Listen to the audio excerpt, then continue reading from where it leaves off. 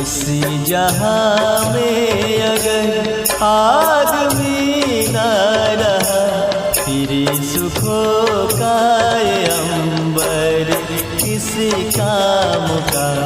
इसी जहां में अगर आदमी न रहा, फिर सुखों का ये अंबर किस काम का।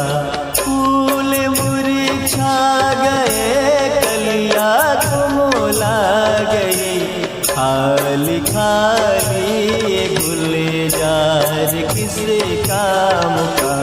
इस जहां में अगर आदमी न रहा, फिर सुखों का ये अंबर किस काम का।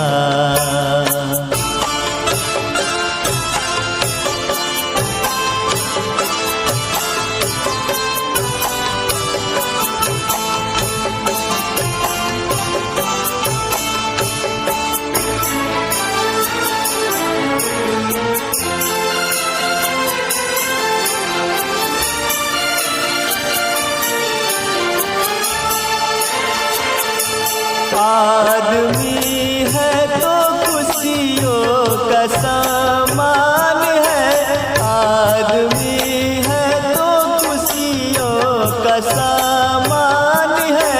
आदमी के बिना सब बियाबान है, आदमी अगर ना रहा दोस्तों, ऊंच गलियों घर बार किसी काम का।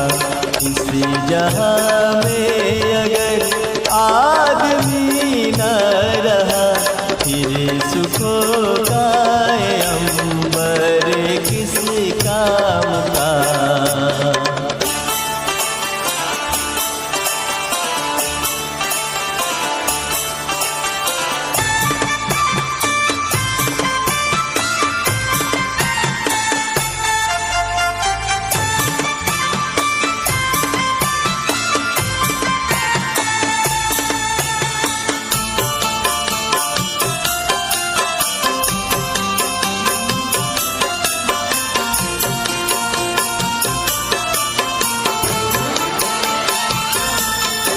मेरे में हर बानो जरा सोचना है, मेरे में हर बानो जरा सोचना। बात तुम ये दीवानो जरा सोचना। यूं जो लाशों के अंबार लगाते रहे, फिर रहेगा संसार किसी काम का। इस जहां में अगर आदमी न रहा, फिर सुखों का ये अंबर किसी काम का।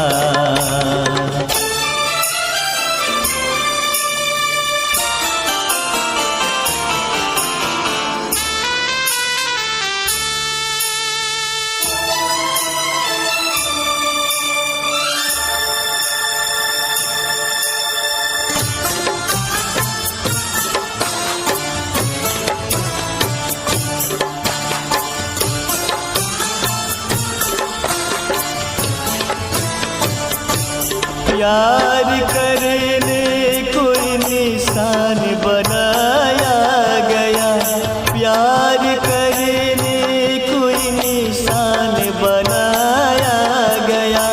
खाकी तन में फरिश्ता बिठाया गया, खाकी तन में फरिश्ता बिठाया गया।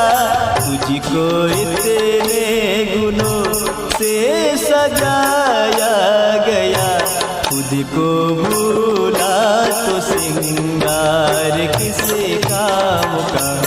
इस जहां में अगर आदमी न रहा, फिर सुखों का ये अंबर किसी काम का। इस जहां में अगर आदमी न रहा फिर सुखों का ये अंबर किस काम का। फूल मुरझा गए कलियां कुमला गई, खाली खाली ये गुलजार किस काम का। इस जहां में अगर आदमी न रहा फिर सुखों का ये अंबर किस काम का।